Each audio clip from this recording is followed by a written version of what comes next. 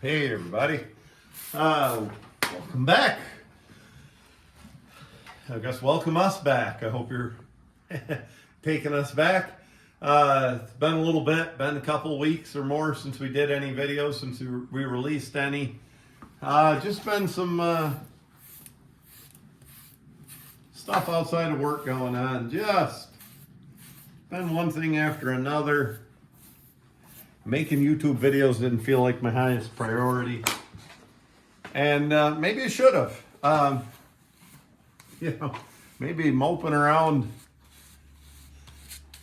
wasn't the best way to handle things. But anyway, I had some issues fighting City Hall. I'll explain more as time goes on because I'm not done yet. But we've been logging fairly steady. We were working with a tractor a good while on a long skid, finishing one up there, and now we're back with the horses. Had a nice plowing event. Anyway, I'm ready to try to be regular like I used to be with videos and give you folks the regularity you deserve. So, today, I'm going to plow a little bit. I don't have a ton of time. But I'm going to plow a little bit with Ziggy here and his brother Zodiac. And the reason we're not using Elvis has a shoe that needs fixed. Broke right in half.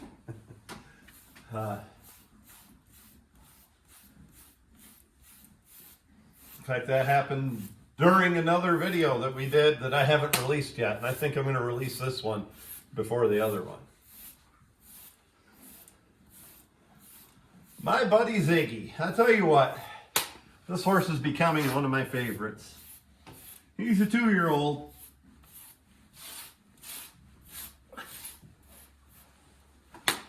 As a 2-year-old, he looks a little gangly. You know, he just doesn't have the cover, doesn't have the back yet. He's kind of bony, but he sure got the frame, and he sure got the attitude to be the right kind.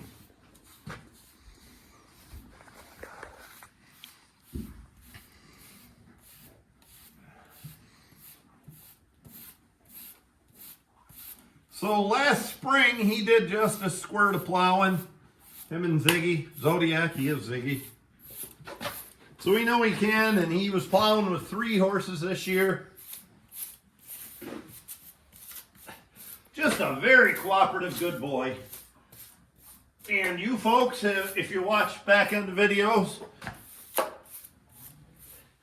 can watch every step of his training. From the first day we put a strap on him until, driving him single, driving him in a team, driving him as a pair. Well, a team is a pair, right? And then a team of 3 all the way up through. So, kind of nice to be able to look back on his progress. And if you know to watch his progress, this poor boy has an itchy tail. And I'm starting to wonder if that's a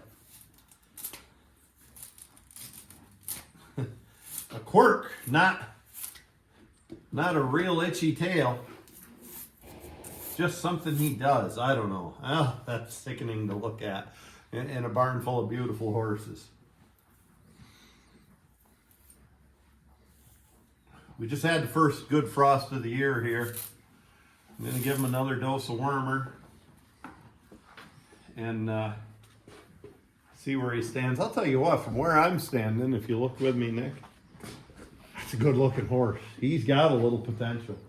He's got some frame here. He's got some spring of rib here.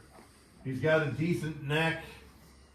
Good shaped neck. He's a diamond in the rough. If you want to buy a 2-year-old, this is the kind to buy, because you'll buy the kind that looks like this, tail and all. You'll buy them cheaper than you will a smooth 2-year-old. It's been almost a year since we've been doing these videos. January will be a year, and we're in October. And if you watched Zodiac a year ago, he was slick and smooth and pretty. You won't buy a horse like that cheap. But one that's a little round bone at the time, you know, not slick, not smooth, got a funny looking tail. Sometimes you get a good deal on him. Now don't be blowing my phone up thinking that you're going to get a good deal on this horse. I'm keeping him. I like this horse a lot. He reminds me of Brian Armstrong's Rocket Man horse that we raised at this age.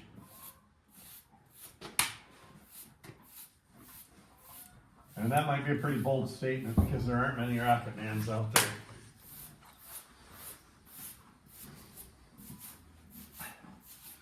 Well, it's middle of October.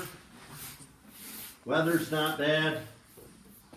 A little bit of a rainy day, so we're not in the woods. It just quit raining. We're going to take advantage of that rain and the ground pulling kind of easy. Do a little plowing out here on this gravel ground.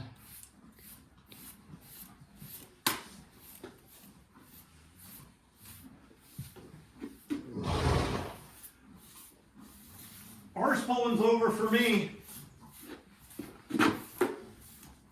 All in all, it was a disappointing year, I guess. But a lot of that's perspective. I'm always talking about perspective. Maybe I need to change my perspective on that. Maybe it wasn't quite so disappointing.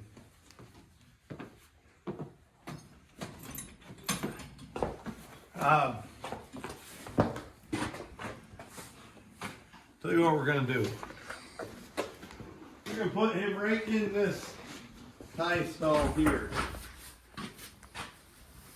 If you remember, and you folks can look back on the videos, he's got a little bit of a habit of when I unhook these to put his collar on, he likes to walk back. Not a big deal. He doesn't run away or walk to the other end of the barn, but enough to where he needs a little more supervision. So we're going to put him right in here. If you look in the stall, I've got his halter sitting there with a rope through it already. And we're going to collar him, rather. His collar's sitting there with a rope through it. We're going to collar him before he knows what hit him, and then we'll bring him back out here. Funny thing is, he doesn't do that with the bridle.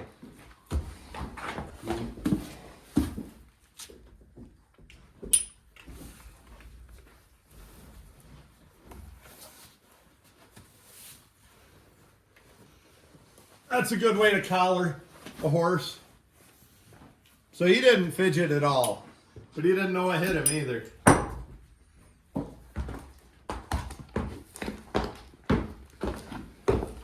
Ooh.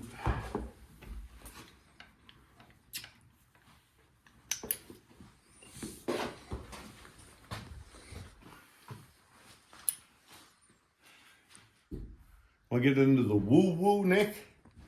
The hippy-dippy stuff. You're smiling. That doesn't transfer on a YouTube video when you're behind the camera. I don't believe in a lot of stuff that's colloquial, I guess. I do believe in swirls. This is one of the first horses I've ever had that has two swirls. He's got one here and one here. And they're both in a pretty good spot. This one is, I'd like to see it just a touch lower. This one is just a touch high. They kind of average out. This is just a touch to the right, which often means they're a very straight ahead, steady horse.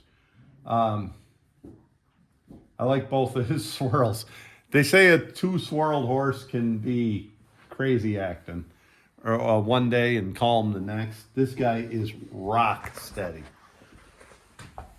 If I had to estimate without scientific numbers to it, but my experience, I find the swirls to indicate about 90% or better of the time what a horse is going to be. And what I mean is, every once in a while, you get a horse with a swirl down here that is a good, up-headed, decent horse. Not very often. 9 times out of 10, if your swirl's here, that's just how they're going to act. Swirl up here, they could be a real idiot, you know.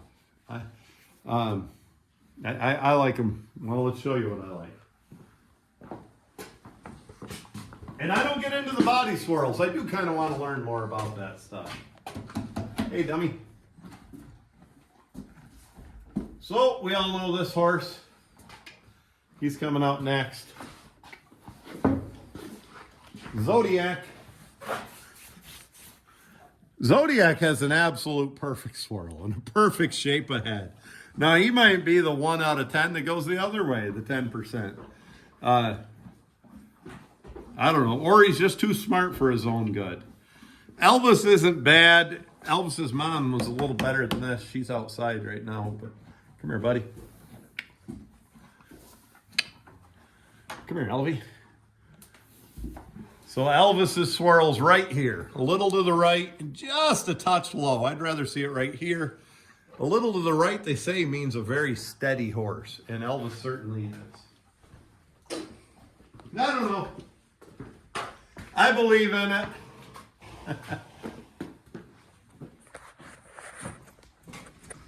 It seems more often than coincidence to me.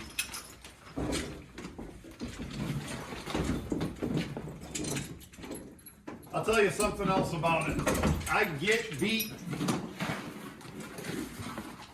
and I get out trained and beaten at horse pulls, and people do a better job with horses with what I consider a poor swirl all the time. So, you know, same thing with conformation. You know, we go through conformation and why it's so important and everything. And I'm forever getting beat by a horse with poor conformation, or having a horse with poor conformation work until that horse is in its 20s still working, when common sense tells us that, you know, those legs should have caused it to be lame by the time it was 14. Wait, Nick, I have an issue here. Now, you're doing the right thing, but this harness must have been in the trailer. There we go. You got twisted. So if you go back, one of the videos I did quite a while ago was on hames and collar fit. And I got a very lot of positive feedback about that video. And I kind of liked it. I watched it the other day because I had a negative comment about it. He said, what's the point of this video? He doesn't tell us what hames do. What's the point of this video other than this guy harnessing and unharnessing his horses a whole bunch? Well, I thought I did. In the beginning of the video, I told what a collar does, and that a horse pushes against the collar, and that's what moves the load. Well, I guess I didn't specifically break down, but I would think you guys would know, but maybe not.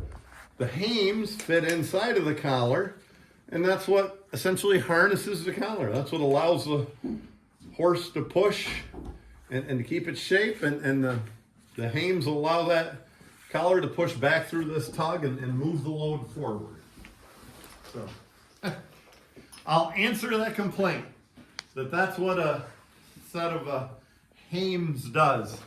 It gives the collar its consistent shape, allows us some adjustment, and gives us a place to hitch to.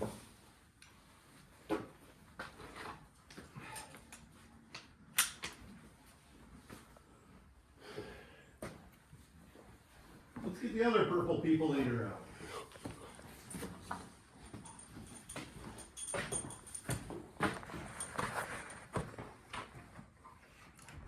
I swear, Nick, maybe I'm wrong. I swear I just saw a mouse run across there.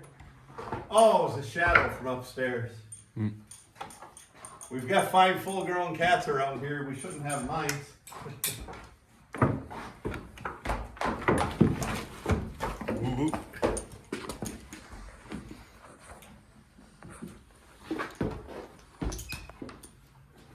So on the subject of colts and their training and everything, maybe I shouldn't say anything because it'll change, but Zodiac here has been improving immensely. We've been working him in the woods, and what a good boy he's been. He's just been everything I wanted out of him. Took him to a plowing event, hooked with 3. He was the outside horse on the land. Just a little silly, not bad at all. Hooked with 2, he was an angel. He's just been what I want out of a horse lately.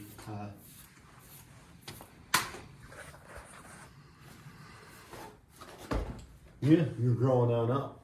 And maybe that's all you needed, was just a whole bunch more time. One thing I think about this horse, I think he's got a little power. Willingness to pull is willingness to pull. And we're going to continue to work on that, which is a long, slow process to work on. And we're going to work on his quirks and his behavior, like this stuff. But power is power, and there's just no substitute for it. And I think he has it. Different horses of the same size, the same weight. I mean, every lightweight horse there weighs within 100 pounds of the same. Different horses within the same weight have definitively different power, different amounts of strength. And I think this guy has very good power for his size, which he should mature into a good lightweight size. 1900 to 1950 in shape. He weighed 1840 all summer, his 3-year-old year, and I think he's put on a little since then. I guess if I want to break my own arm, pat myself on the back, he's got power from a combination of exercise and work. Of course, he's pretty well bred. That doesn't hurt anything either. And obviously conformation also plays a factor in power.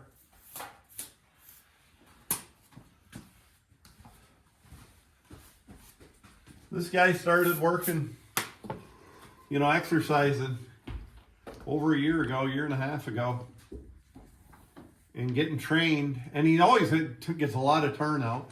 He's always had a lot of good feed that builds strength.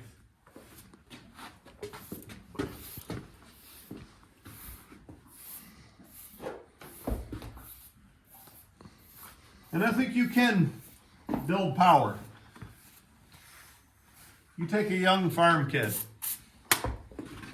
grew up working on the farm, grew up mowing away hay and picking rocks and, whatever farm chores you have to do that requires a kid to work. He's going to have a lot more power than somebody that didn't start doing that. When the kid started out at 10 years old doing that, or younger like most of us, he's going to have a lot more power than somebody that didn't start until their 20s, most generally. And some of it might not even be actual strength as much as it is how to use that strength. Where to place your feet, where to put your hands when you lift something. In the horse's case, where to hold your head when you push and how to plant each foot. All that factors in. Now, with that said, power is pretty important. All the power in the world doesn't do you much good if he's balky. So, that's really, in my opinion, and everything I've studied, that's where you have to be careful with these young horses. You're not going to physically hurt a young horse. People talk about the joints closing and stuff like that. You can work them. You can stress them. Hell, it's good for them before the joints are closed. Yeah, there's a lot of studies that back that up. I've done an episode on this before. We don't need to be repetitive. But mentally is where you can't push them. They're just... A 4-year-old is not where we think he is mentally, and he's just not ready to deal with it. I've had the fortune of having a lot of horses in a lot of different stages of life. Right here in our barn, 2 of them are outside. Old Libby is 25 years old. That's Elvis's mom. Jim is, I think, an 11-year-old. He's outside as well. And then we have Elvis, who just turned 7. Elvis, as a 7-year-old, is a lot different horse than he was as a 6-year-old. He's bold and aggressive. And by God, he wants to pull badly. He loves it. He's also calm and goofy and, you know, all the good things. But he's a lot different pulling horse than he was a year ago. He's reached a lot different level of maturity. So, 25, 11, 7, then we go down to 3 and 2. 2.5 and 3 is what this team is. 3.5. These guys share a birthday a year apart. And I can just see the difference in each stage of their life. And the beauty of that, when you can actually see the difference, it reminds you how young and how fresh and green a young horse is.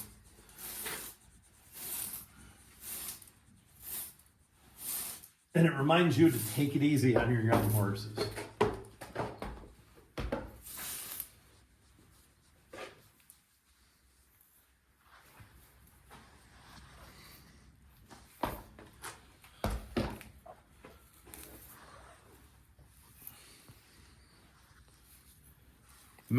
Mentally, take it easy on them.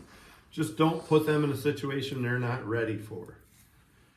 A lot of them are precocious. That doesn't mean you want to push them along quickly.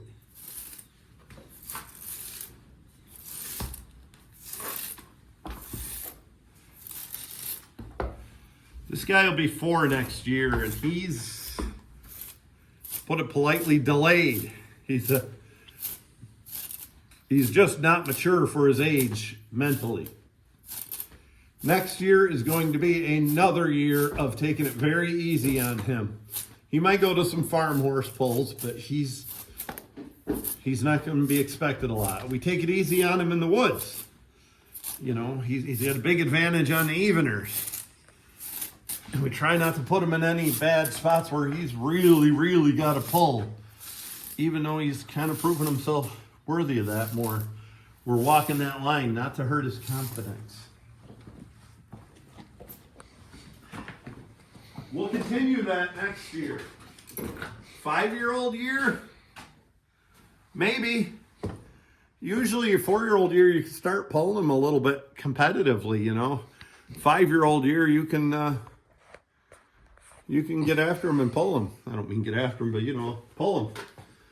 Enter in some poles and take some third hitches, that kind of stuff. 6-year-old year, they're ready to go. Zodiac acts like he's a year behind. And you know, it might be his 6-year-old year before I do much, or his 7. As I said, Elvis acted precocious. I mean, Elvis acted like a pulling horse as a 3-year-old. Did some pretty good pulling, did the little winning. I didn't push him real hard, just farm classes. As a 4-year-old, he did even better. And acted like a good one. He came on immensely this year that he turned 7. He turned 7 about a month ago. And it's just a much different horse.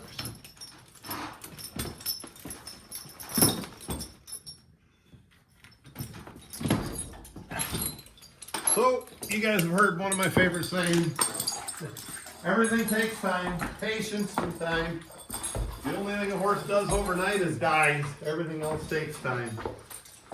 And so it is with pulling horses. But most of you folks probably aren't watching this to train a competitive team of pulling horses. Most of you are probably watching to have a pair around the home or around the farm or skid a few logs or something.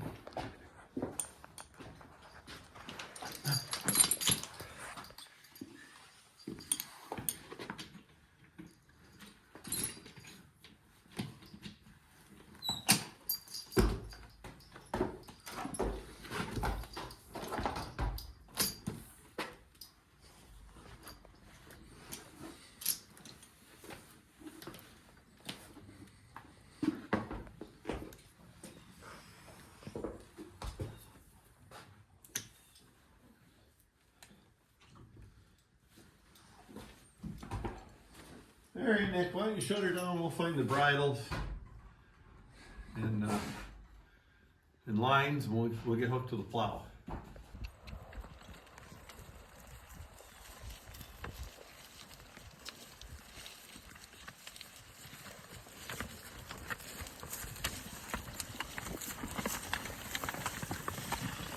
Whoa. Well, we're back in the video business after a bit of a layoff. Plowing with my favorite right here, LeRoy 110 walking plow, 12-inch plow. Made right up in LeRoy, New York. Before the owner of the plow company went on to form the Jello company of all things. Got a nagtail 2 and a 3-year-old in here, Ziggy and Zodiac. They're doing a nice job. This is Ziggy's first time ever in the furrow, and what a good job he's doing. The plow's not running too bad. Nice October day. We're having a fun time here, plowing a little bit after a good rain.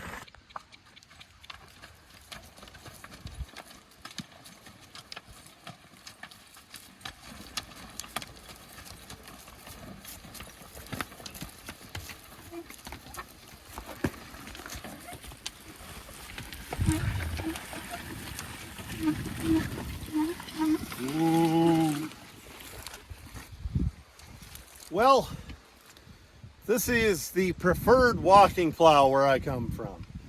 Fred Wolfer probably had a vast influence on that, along with Farmer Brown, but probably anybody that knew much about plowing. It's a local brand, LeRoy Plow Company, LeRoy, New York. Whoa. It's a LeRoy 110. Gee.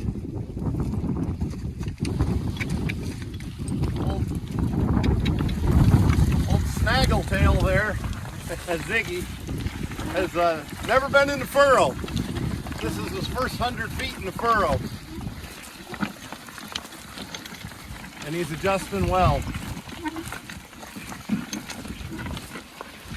Plow's running good. I love these old LeRoy.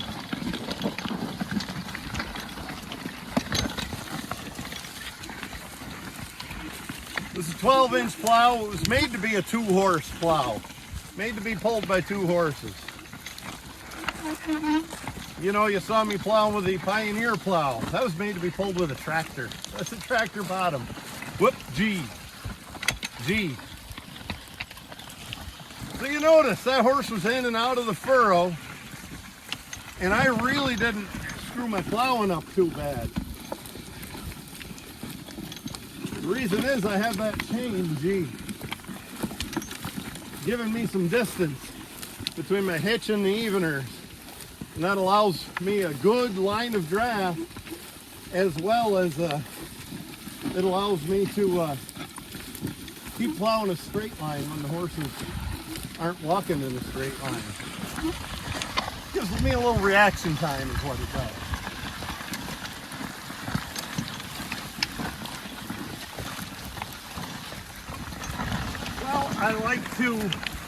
I did some awful plowing last time I was out here. We've had some rain since then, that helped.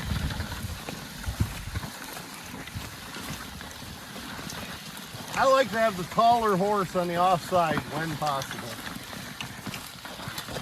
That's one reason I put Ziggy in the furrow, because that's the offside. The other reason is a lot of young horses tend to crowd their teammate when they first start plowing, especially with a walking plow. you gotta have those eveners 33 inches wide on a 12-inch plow. That's how they need to be set for your side draft to be right. That's pretty narrow, and young horses can get crowding with that. Not that Zodiac's not a young horse, but he knows not to crowd. He's been taught primitively. Ooh. So yeah, let's talk about the old LeRoy. They're a good old plow. They're a chilled bottom like a Syracuse or an Oliver, most of them in the day. 12-inch plow designed for horses. It's a nice light plow. If I skipped out of the ground, I can just pull it back. You notice I'm hardly doing anything on these handles. I gotta say, I probably like this a touch better than my Syracuse plow, and I like my Syracuse pretty well. This is kind of a general purpose bottom. It doesn't quite roll it over as much as some.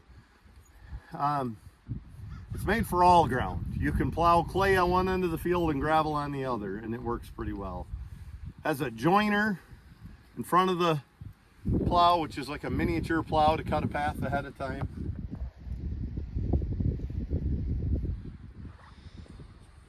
The only thing I'm doing wrong, I have it set toward, on the horizontal hitch up front here, I have it set toward the land a little too much. I'll bet you next trip we'll move that over one, right in the dead center of this beam. Another local plow company made up here in Batavia, which is a little bit north of us, was Weird. They made a good plow. You saw around here, you saw a lot of Weird 14-inch plows were made for 3 horses. The beam is landed on a 3-horse plow. There's a wedge in here, and the beam is actually over here to the landed a little bit more for a 3-horse plow. Somebody commented on the comments about you know, he doesn't like my plow. 2 horses should be able to pull it. Well, forever they've made 3-horse plows, and 2 horses are going to get worn right out on one of those Pioneer plows. That Pioneer walking plow I use is the same as the Pioneer sulky you see the Amish folks using everywhere, or I grew up using, with an Oliver Radex bottom, tractor design bottom. 3 horses are necessary. 4 is even better. Not that I'm putting 4 on walking plow. I'll occasionally plow with 2, but they better be hard. Plowing better be good.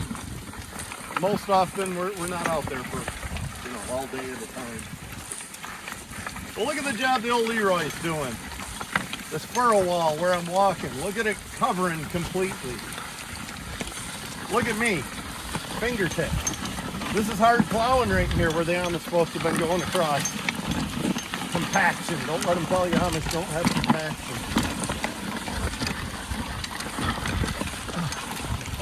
Yeah, you remember from our other videos, this is hard plowing, and look at me. Barely holding on to this plow. You can just get these old plows that were designed for horses dialed in so much better than the modern plows.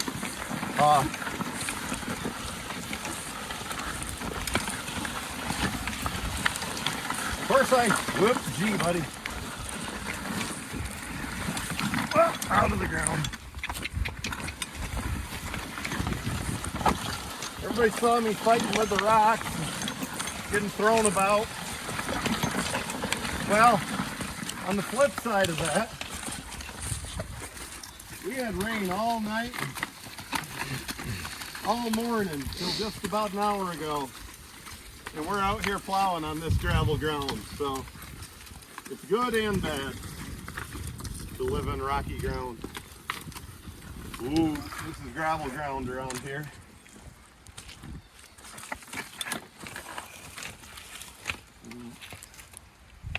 I'm reading horses' body language.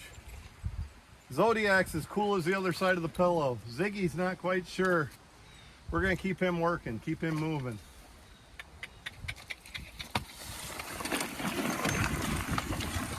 Ziggy's doing an absolutely fine job. Staying in the furrow about as good as any horse I ever saw that's never done it before. And we don't have a hell of a good furrow for him to follow in places where he kept hitting rocks.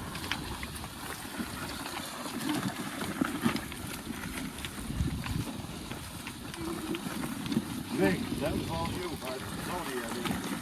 Gotta change their names. Ziggy and Zodiac just don't roll off the tongue.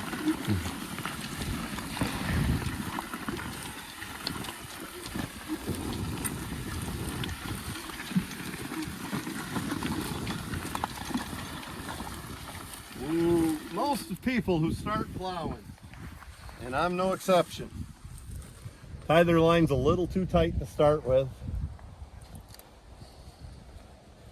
Usually we have to loosen them.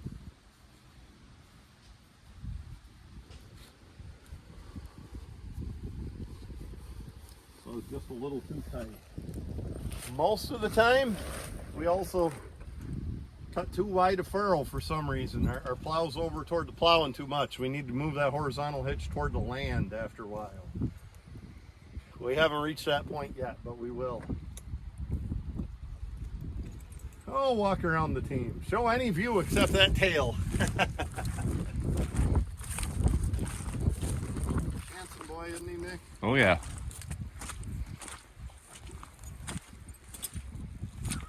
Smart boy in the furrow.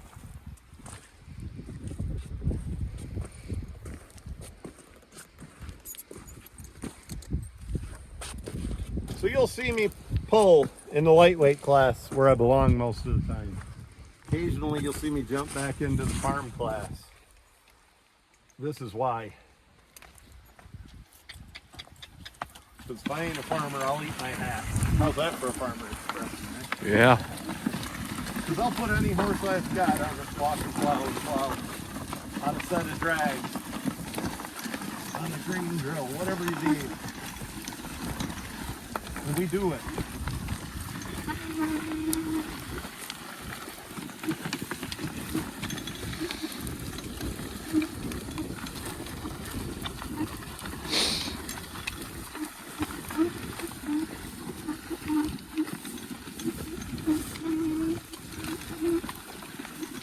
Whoa.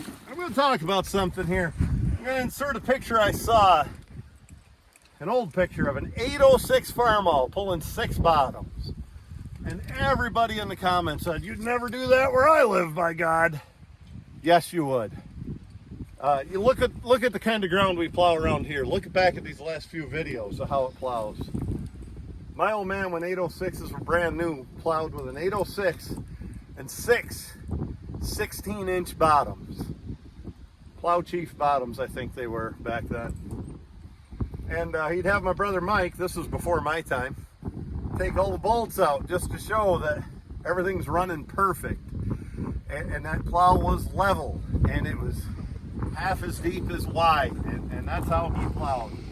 And that's the whole key to being able, with a tractor, to pulling a lot of plows behind not a lot of horsepower. Right here on this farm, on this tough plowing, we plowed with 3 14-inch Radex bottoms on an Oliver plow behind either a Farmall H or a Alice Chalmers WD. Now, a lot of people say you can't, they're 2 plow tractors. We pulled 3 14-inch for years because we knew how to set a plow up. I'll tell you one thing about that Oliver plow. We couldn't get it level, and we just ran out of adjustment. We couldn't get it level. And then I figured out, finally, somebody replaced the furrow wheel, or that land wheel on the back. And the original plows had one of them funny tires with a sidewall that narrow on one side and that thick on the other, that sat sideways. And they replaced it with an implement tire. And it was too big, and it just wouldn't allow us the adjustment. We found one of those old tires and put it on there, and we could plow level. The point is, anybody that farmed with horses knows how, anybody who does it right, knows how to adjust the plow. You want that to pull easily or a team of horses. And it's all in the adjustment. And I don't care whether it's a walking plow or the newest white horse riding plow or whatever, you want that pull as easy and efficient as possible. Especially you start getting into two bottoms and putting 6 horses or more on there. Ooh. Your adjustments are simple, and it's the same with a brand new Vernland 12 bottom plow that they make today. And I know plowing's out of vogue with a lot of farmers, but or an old plow from the 30s or a walking plow. You got your vertical hitch up and down. You got a depth wheel. Well, you have that on a tractor plow. You have your horizontal hitch, right and left, to control your width.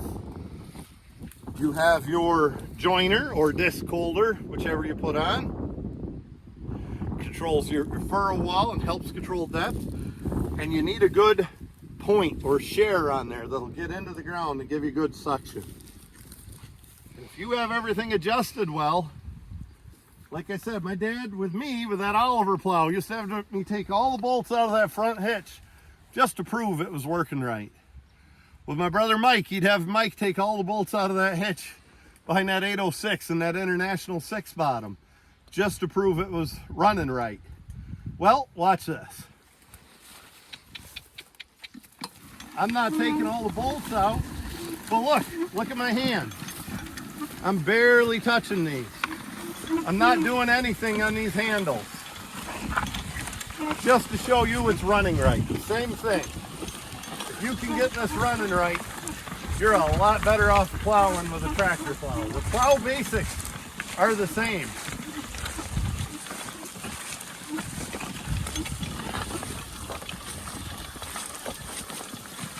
So I'm going to call BS because our ground plow's about as hard as anything. And, you know, nowadays I'll see people with an 80 horse tractor and a 3 or 4 bottom plow.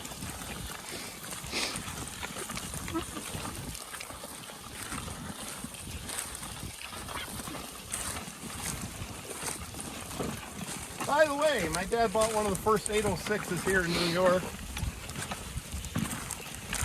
He grew 500 acres of beans back then because he had a laying hen farm, a chicken farm. All that chicken shit meant nitrogen. All that nitrogen meant good beans. And so he grew 500 acres of snap beans, hand-picked back then. This would be in the mid to late 60s. And he said back then people would drive 50 miles to come watch a 806 farm all with a 6 bottom plow. You know, nowadays that's a weekend farmer, even around here. You know, nowadays people put an 806 on a little hay rake or something. Just showing you how farming has changed.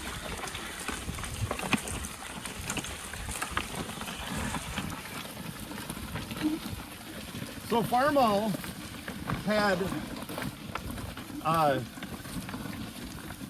semi-mounted plow, and they had a what they called a fast hitch. It was a damn good design, and it lost out to the 3-point hitch. Alice Chalmers had the snap coupler, which was pretty darn good design too.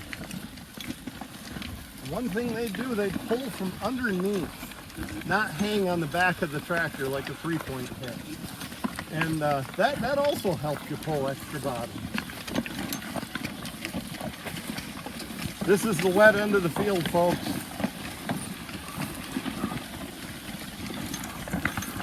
Go ahead and call me out. You're not wrong.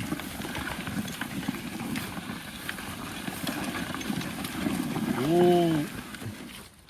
Pulled from underneath the tractor. Snap coupler on Alice Chalmers, fast hitch on Farmalls. And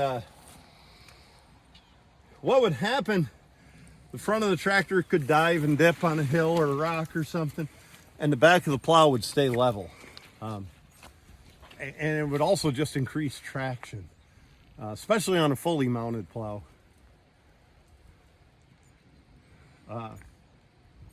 You probably do the best job plowing of all with a semi-mounted, or I mean a trailer plow. which is just a drawbar. Hey, that's my fault. I didn't start it again.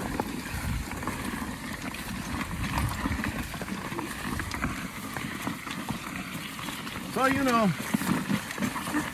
if you're damn fool enough to take plowing advice from me, some old logger, woo, gee, who farms with horses,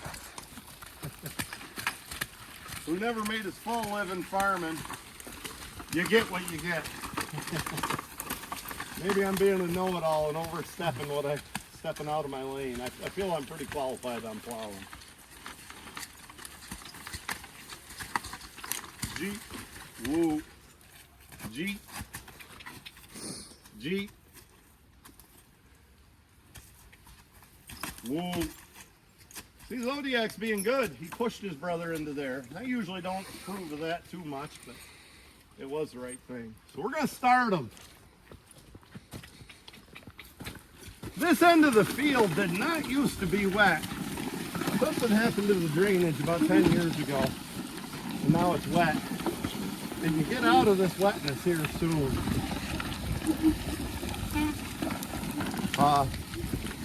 See, once I started Ziggy, he got right in the furrow.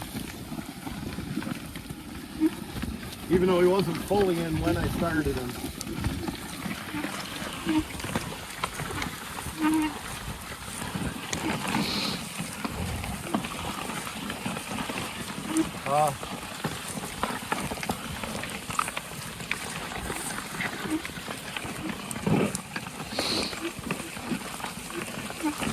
Well, I'll tell you another factor. I'm pulling 6 plows with an 806 Farmall. 806 Farmalls are at least 50 years old or 60 now. Actually, they're more like 60 years old. So they might not have quite the same snap they did when they were brand new. Maybe that's another factor. And also just the fact that nobody knows how to plow anymore.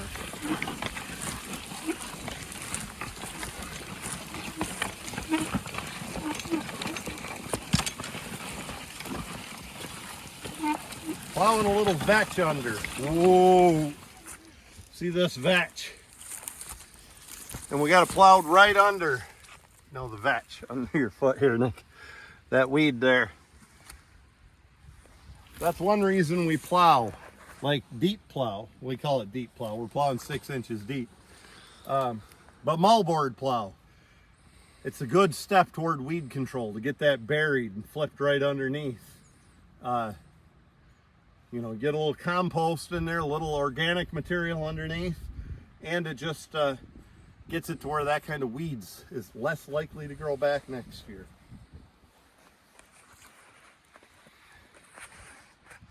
Quite simply, if everybody wants to know why I'm so high on these LeRoy plows, but I don't use it often, it's quite simply because it's damn hard to get parts for them.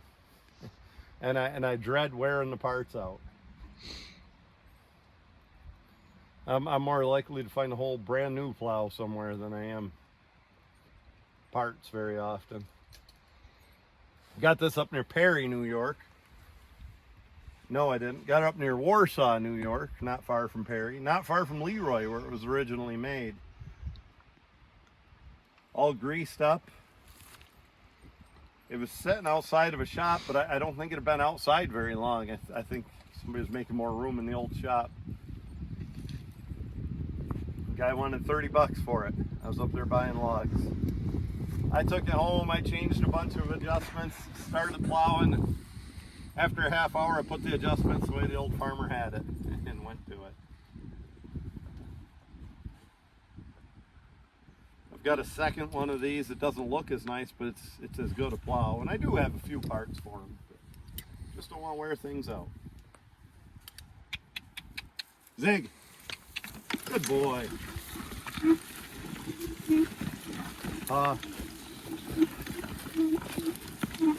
Your furrow horse is your furrow horse when you're plowing. Not a lot he can do. He's walking in a 12-inch trench. You know, he can't go too far wrong as long as he stays in that furrow. Your land horse can mess you up. Your land horse has to walk right about where Zodiac's walking. He's figuring it out as he bumps into his brother. You don't want him crowding like he's doing right there. Come on, boy.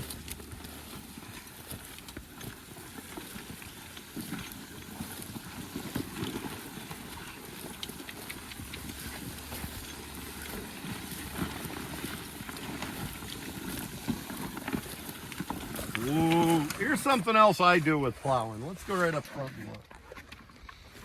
On the way up front, Nick, let's figure this, why this depth wheel wasn't turning. There it goes. This is the bit that I run most of the time. Smooth snaffle bit. Both horses. It looks like that side piece is a little tight. That's because they're on the check. This is an egg butt bit. I think I'm going to slowly get away from egg butt bits. I was reading the other day that with a smaller bar bit, the horse actually closes its mouth more comfortable and gets a better seal.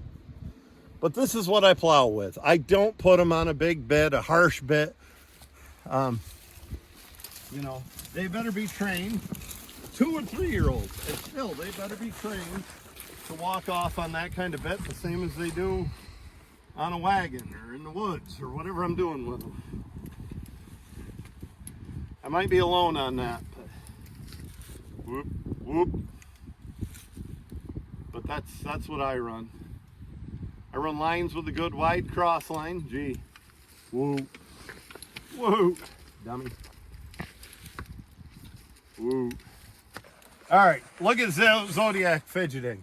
You probably didn't see it, but maybe you heard me talking to him. He's back chaining a little. Tells me this is a good time to start. You just got to read your horse's body language. They get in a lot less trouble going forward than they do resting. And then when they start acting like that, let them go forward ways, even if it's only a short way. That's why you always notice when I get to the end of the field, I go about 10 feet and put my plow in the ground as opposed to resting completely on the end.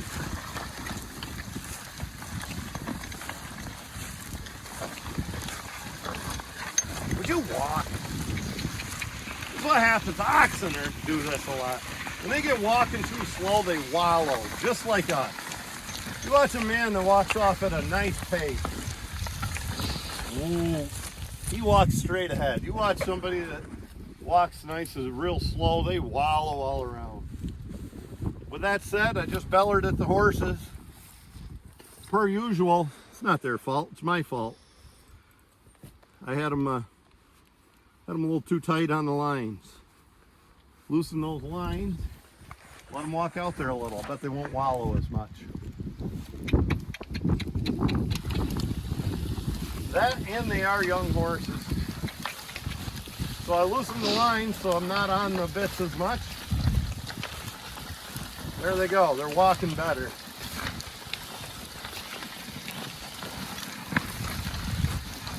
You know, might bruise our egos, but when something's wrong, whatever it might be, maybe your horse isn't starting, maybe your horse isn't stopping, maybe it's crowding, who knows? First thing we gotta look at is ourselves. What are we doing wrong? Zodiac was wallowing. And I looked, what was I doing wrong? Well, I had the lines tied too tight. I loosened the lines and he's doing a lot better now. As he wallows, as I say it. The damn fool wants to follow these shit spreader tracks.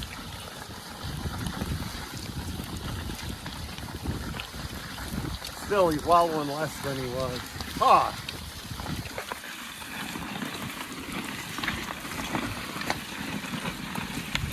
We'll get him walking straight, can't we, Nick? Yeah. Ah!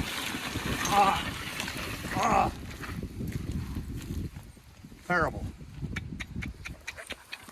Horrible. Terrible Barker. Horrible.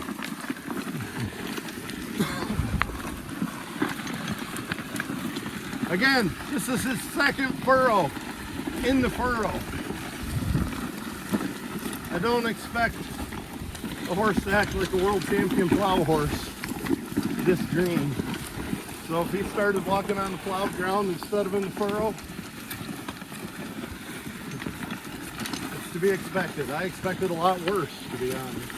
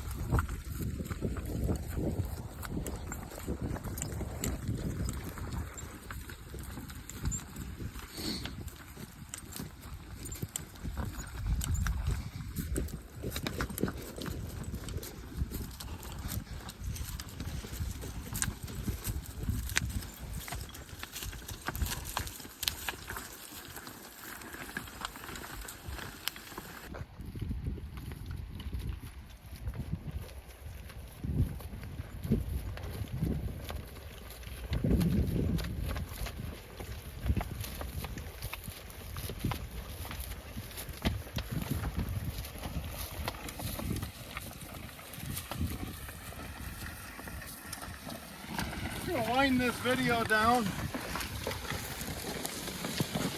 And we're going to put another one out right on the heels of this. One we did a couple of earlier in the week, or late last week as well.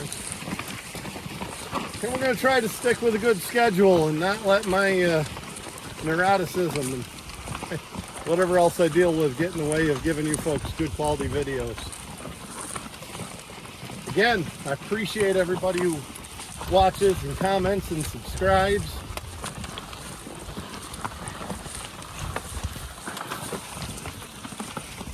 Feel free to comment. I even appreciate the critical stuff. Somebody was on Facebook today complaining that somebody was criticizing some of their stuff on Facebook. Well, there's a damn lot of know-it-alls, keyboard warriors, right? But some of them have a damn good point. And I'd say about half my criticisms or more that I find in the comments are valid. People know what's up, you know? And people are saying the same thing I already knew that maybe I already changed after the video or something like that. So I especially like it if it's done in a respectful manner. That's how we get better. That's how we grow as people, as horsemen.